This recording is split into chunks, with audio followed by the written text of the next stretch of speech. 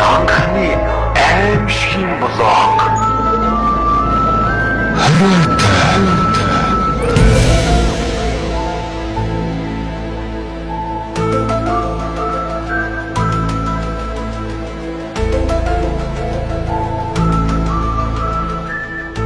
Зохиолч Алтан хундгийн гашуун байна үйлчлэгийг та бүгддээ хүргэе.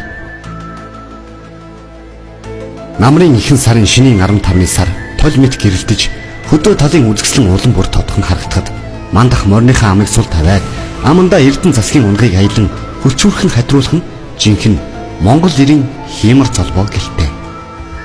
Тэрээр дууга өндөсгөх бүрдээ морныхаа амыг үл мэдэг тухтархад хилтгий хээр морин тэрэл аясаар нь гадар товчлон хатруулна.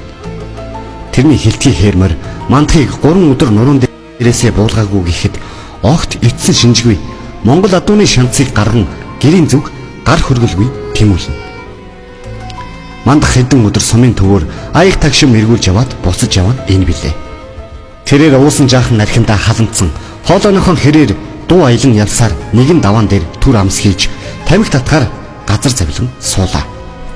Өвөө ааваас нь өвлөгдөн ирсэн цагаан хаш соруултай дунд гарын гуйлан толгойтой гаансаа гаргаж бургуйдаад тамхи төхөөрөх зураа эргэн тойрноо нэхэн харавал цувраа хус гих газар дөрөө мулталснаа мэдлээ. Энэхүү цувраа хус гих газрыг нутгийн хүмүүс буг чөтгөртөг химэн шүн оройн цагаар дөрөө мулталх нь бүхэл явган явахыг цээрэлдэг.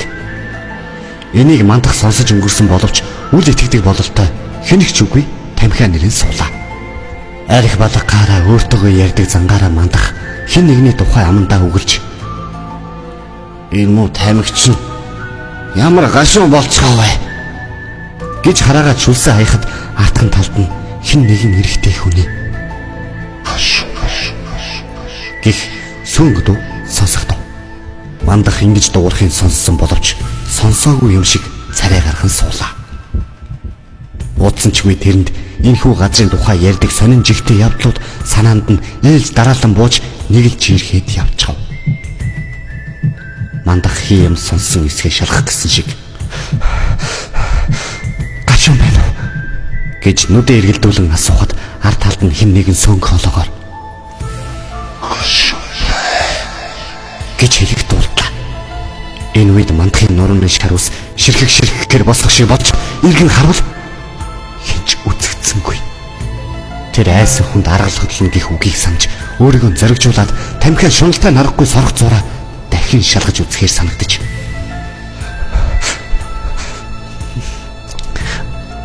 гашуун байна уу гэж амандаа чимээг өхөн шивнэхэд өнөөхсөн коолой улам бүр ойрцсон мэт яг дэрэгдээсэнд гашуун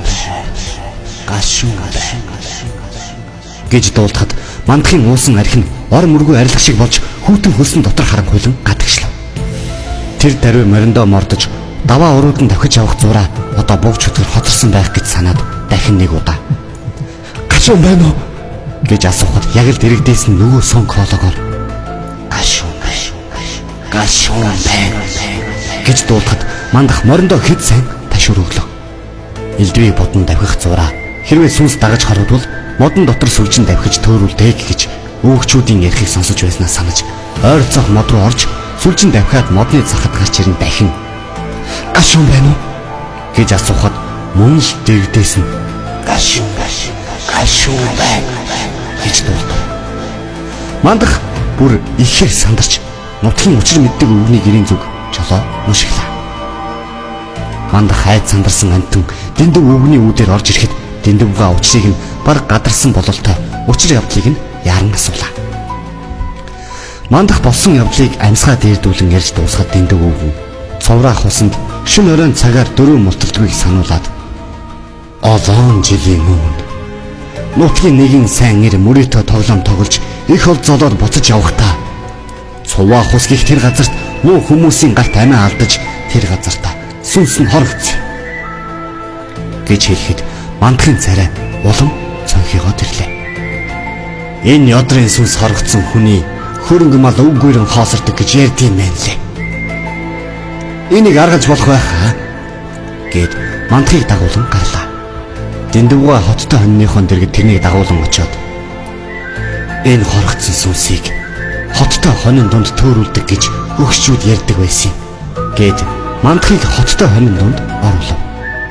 Мандах хоттой хонин дунд хонь мэт дөрвөн хөллөж мөлгсөөр хоньны хашааг тойрон 2-3 удаа эргэлдэж гарав. Дэндүү үгэн энэ зур мандахад хандан. Энэ сүнс амьдаа мал хөрөнгөд маш их шуналтай хүн байсан гинлээ. Хоттой хонин дунд оруулахаар эд маланд хорогдоод төөрж өгдөг гэлцдэг юм. Миний хүү сайн төөрүүлээрэ гэж өглөн зогсно. Мандах хид тойрсны сүүлээр гарч ирээд үл мэдэг дуугаар гашуун байна уу гэж асуухад ямар ч хариу дуурсангүй. Дууга жаахан өндөрсөж дахин асуухад мөн л хариу өгсөнгүйд сэтгэл нь жаахан амарч дэндүү үгнийд оров. Дэндүүгээ мандахыг хоноод явахыг сануулаад маргааш өглөө чи манай хоныг гаргаад цуврах усны ойролцоо дөхүүлж бэлчээгээд гэрийн зүг хөдлөөрэй гэд унтахаар хэвтлээ. Тэр шин мандах ард олны дунд явган яригддаг сүгс өдөр буг чөтгөрийн тухай дайс хийгээд бодол хийлж айсан даан цоромж хийлгүй хонсон юм.